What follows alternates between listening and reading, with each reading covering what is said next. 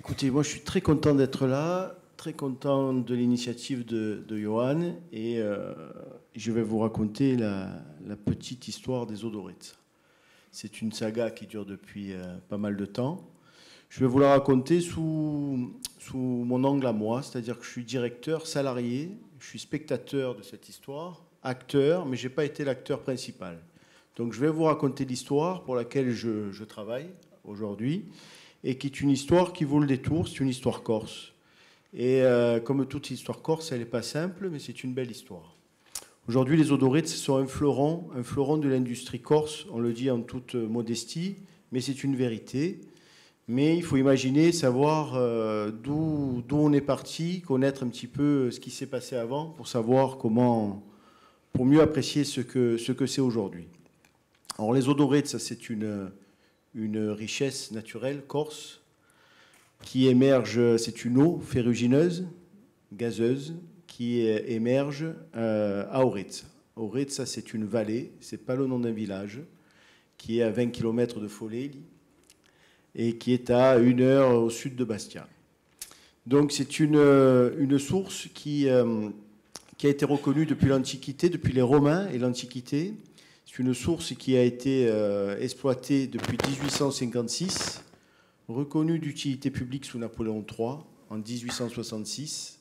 Et c'est une source qui a, du fait de son aspect ferrugineux, qui a soigné énormément de gens. Les gens, c'était une station thermale, les gens venaient sur place, toute l'aristocratie française et même britannique venait sur place, logeait sur place et faisait des cures de 5, 10, 15 jours. Il y avait un médecin sur place qui prodiguait le nombre de verres qu'il fallait boire par jour. Et elle a une particularité, cette eau, c'est qu'il faut savoir que le fer est un constituant essentiel à l'organisme. Les gens arrivaient des colonies où ils arrivaient avec des anémies et avec une cure d'Odoritz, ils repartaient avec une santé dite de fer. Pourquoi ? Parce qu'elle a 22 mg de fer par litre et ce qui en fait une des eaux les plus ferrugineuses au monde. Alors, l'eau met une quarantaine d'années à s'infiltrer dans les roches, dans la géologie de Corse alpine qui est la Castagniccia, pour se charger en minéraux. La source gazeuse vient du centre de la Terre et tout ça se réunit dans une nappe que nous exploitons au travers d'une faille. Voilà. L'histoire d'Oritz a connu des années et des périodes très fastes jusqu'à la fin du 19e où 800 000 bouteilles étaient exportées sur le continent avec les moyens de l'époque. Il y a eu des années, la guerre qui est passée par là, des périodes moins fastes.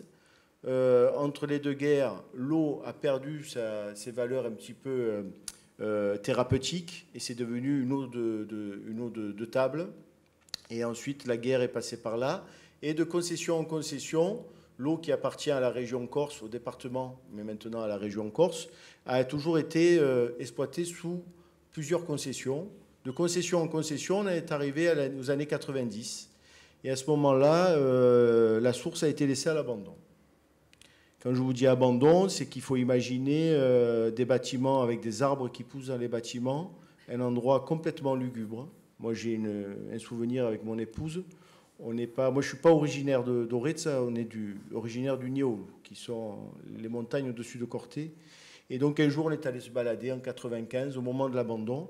Et c'était un jour de janvier. On s'était rendu sur place, il était 4h, 4h30. On s'était aventuré dans la source.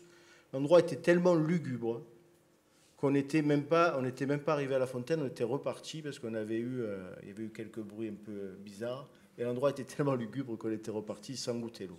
Surtout que la fontaine n'est pas très loin de la route, je dirais. Elle n'est pas très loin du tout, mais bon, l'endroit, c'était, voilà, il faut imaginer quelque chose qui était à l'abandon, des tas de verres qui étaient jonchés de toutes parts. Et là, c'est là où a commencé la dernière histoire dont je vais vous raconter. Il y a eu une volonté politique du président du Conseil général de l'époque, M. Paul Natali, qui est allé chercher des industriels originaires de la région, la famille Moracchini, dit Mora, qui sont originaires de Monaggi ad Oritz, un des villages de la vallée d'Oritz. Et à partir de là, il y a eu, au travers de cette volonté politique, d'industriels qui étaient à la tête du deuxième groupe de champagne de France, le groupe Champagne-Lançon. Il y a eu cet amour et cette envie de relancer le produit. Mais il faut imaginer qu'ils repartaient de rien, ils partaient d'une eau qui était ferrugineuse, une eau qui était d'une source complètement à l'abandon. Et c'est là où on va parler d'audace, et c'est là où je vais vous poser la question. À l'époque, pour relancer les Odoretsa, il fallait mettre 20 millions de francs. Et l'administration autorisait donner une exploitation de 6 mois. Donc, à ce moment-là, il fallait faire ou le pari, ou dire, bon écoutez, le pari, capitalistiquement, il est trop risqué, on ne peut pas le prendre. Et donc, cette belle histoire en serait restée là. Donc, le pari a été pris. Et aujourd'hui, mais il faut imaginer se mettre à l'époque, il fallait reconstruire les bâtiments, faire cet investissement avec 6 mois d'exploitation. C'est court. Garantie, c'est très court. Et donc, ça a été fait. Donc, aujourd'hui, c'est vrai que c'est un beau succès, mais il faut voir d'où on est parti. Et on peut dire, monsieur et madame Mora, ils ont des sous, bon, mais c'est pas comme ça que ça se passe. Leur conseiller financier leur disait, c'est une folie, ne le faites pas. Vous avez envie de vous faire plaisir, monsieur Mora, c'est votre corsitude qui est en jeu, ne le faites pas, c'est une folie. En plus, on est en Corse, il fallait refaire les routes. Oui. Parce que on connaît les routes chez nous. Des routes de montagne, bon, il fallait les refaire. L'électricité n'y est pas. J'en ai parlé avec monsieur Carlotti, mais une anecdote sur les réseaux de télécommunications. Jusqu'à très récemment, on était obligé, on passait, même l'an dernier, au niveau du téléphone, on passait par Internet. On a un débit de 2 mégas. On était obligé de s'appeler d'un bureau à l'autre pour dire, écoute, tu es en train de surfer, arrête, parce que je vais téléphoner. Ou arrête de surfer, ou arrête de téléphoner, parce que je vais surfer. Vice-versa. Il y a 1 an de ça. Donc, pour vous dire qu'on semble être dans une ère numérique, une ère... Mais bon, quand vous êtes faire de l'industrie en Corse, dans du rural, je peux vous dire que c'est une aventure au quotidien, pour toutes ces raisons-là. Bon, il y a eu aussi des défiances politiques, parce que Paul Natal y a initié, mais derrière, c'est Paul Jacobi qui est arrivé à la tête du département. Donc, M. Mora a été vu comme un prétendant politique. Donc, il y a eu une défiance à ce niveau-là qu'il a fallu lever. Les bouteilles dorées, ça, pour ceux qui les ont connues avant, elles avaient une étiquette verte, du verre doré, qui est une pierre semi-précieuse de là-haut, qui est symbolisée sur l'étiquette. Aujourd'hui, regardez, le design a été revu complètement. Petite anecdote, c'est un designer anglais, Claessens, qui a revu la bouteille. Donc la culture champenoise de monsieur et madame Mora n'y sont pas pour rien. Le positionnement haut de gamme aussi, ils l'ont tout de suite vu comme ça. Et ça a été un choix qui aujourd'hui est un bon choix, parce qu'aujourd'hui, si on veut s'exporter, c'est le haut de gamme qui permet à la Corse de s'exporter. Et donc, il y a une petite anecdote aussi. Sur la bouteille, vous verrez, il y a une photo. Et la photo, c'est la maman de monsieur Mora, qui l'a donné à son fils, et qui a dit, regarde, c'est tes grands-parents qui sont sur la photo, essaie de en faire quelque chose. Il a donné au designer, et ce sont les grands-parents qui sont sur la photo, à dos de mulet à l'époque. Et c'est vrai que tous les gens de la vallée dorée, comme ce n'est pas un village, mais c'était un lieu de passage, un lieu où tout le monde venait se faire photographier. Et donc, on l'a retrouvé sur la photo. D'autres difficultés, ils avaient beaucoup d'argent, ils ont toujours beaucoup d'argent. Bon, M. Mora est décédé, malheureusement, mais pendant 13 ans, ils n'ont pas touché de dividendes. Pendant 13 ans, ils ont réinvesti constamment ce qu'ils avaient gagné dans cette entreprise qui était faite pour c'était une usine pour alimenter une activité saisonnière, donc de 3-4 millions de bouteilles par an. Donc, au démarrage, elle était faite pour ça. Aujourd'hui, on est à 15 millions de bouteilles par an. C'était une marque régionale. Depuis 2010, on est devenu une marque nationale. Et aujourd'hui, on est même une marque sans prétention. Je vous dis ça parce que c'est pas pour, je ne suis pas là pour faire la pub de la marque. Mais aujourd'hui, on est une marque internationale. Nous sommes présents au Japon. Nous sommes présents depuis l'an dernier en Chine, avec des destinations qui font quand même, dont on est très fiers.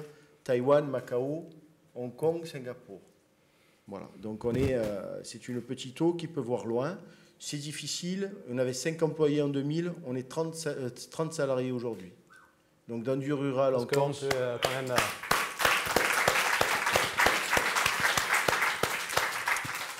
que je voudrais rajouter, c'est que bon, tout ça est dû aussi, il ne faut pas l'oublier, c'est que dès que l'eau dorée a été commercialisée, reproduite, tous les Corses ont joué le jeu commercialement et tous les Corses ont permis aussi ce succès, et encore aujourd'hui.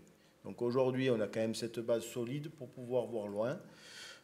C'est une marque qui a de beaux jours devant elle. C'est un produit qui est vendu, c'est un produit de luxe en Chine. Hein. Il est vendu comme un produit, pas un parfum, mais presque. Et donc c'est vraiment une eau qui a quand même, c'est un produit un peu magique, parce qu'il faut imaginer que l'eau, au départ, elle est ferrugineuse, avec 22 mg de fer par litre. Je vous invite à y venir, la goûter à Oretz. Et bon, ça laisse un goût fort.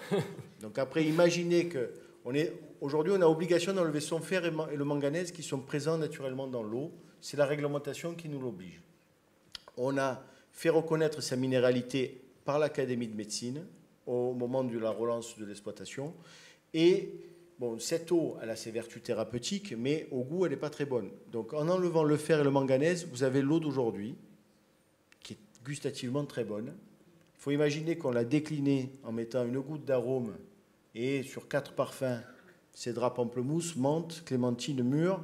Le produit répond de façon très très bien. Le mélange, bon, on y est un peu pour quelque chose, mais le produit, il est encore très très bon. Et même par hasard, on a été amené à être partenaire du tournoi de tennis de Monte-Carlo en 2013. Et là, dans l'histoire, tout ne se fait pas de manière calculée. On ne peut pas dire qu'on est des métronomes ou on sait 20 ans après ce qui va se passer. Il y a beaucoup d'opportunités dans ce qui se passe dans la vie d'une entreprise. Et là, ça a été une opportunité qui a fait que Madame Aura voulait être partenaire du tournoi de tennis de Monte-Carlo. Pour être partenaire, il faut de l'eau plate et de l'eau gazeuse. Nous n'avions que de l'eau gazeuse. Donc, nous avions trouvé un partenaire corse qui devait alimenter l'eau plate. Au regard du ticket d'entrée, c'est-à-dire que pour être partenaire officiel du tournoi de tennis de Monte-Carlo, il fallait payer. Le partenaire, l'eau plate, a dit « Moi, je donne de l'eau, mais je ne paye pas ». On s'est retrouvé à quelques semaines du tournoi à se dire « Bon, il faut qu'on trouve un partenaire pour faire l'eau plate, pour pouvoir assurer notre présence ». Madame Aura, ni une ni deux, a dit « Écoutez, l'eau, puisqu'elle est dégazée, déferrisée,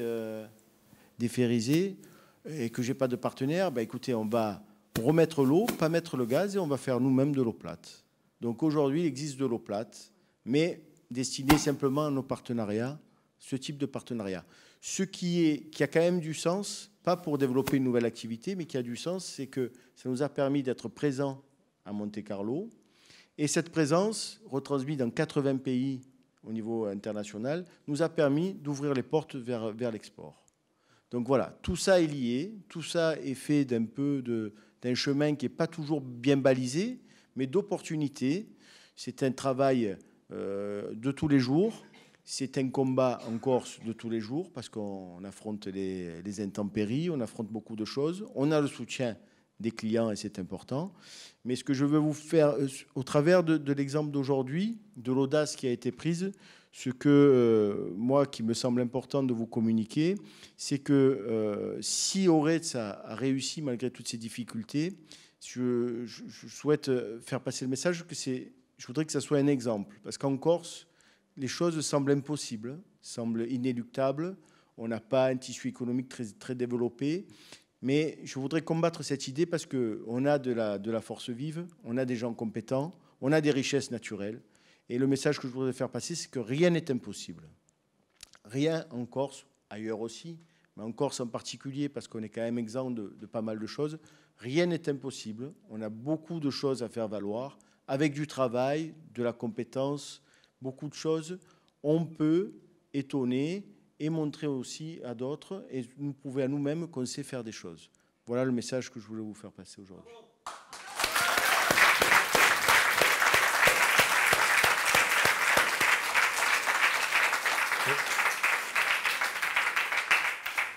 Merci beaucoup.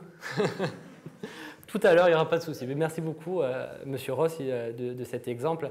Et vous voyez bien que, justement, peu importe le niveau de vie qu'on a, comme vous disiez, Monsieur Mora, Madame Mora avec un niveau aisé, ils ont quand même tenté l'expérience en 6 mois Donc, comme vous le dites très bien, c'est que souvent on s'interdit de faire les choses en Corse en se disant ben oui, en Corse c'est compliqué, c'est compliqué.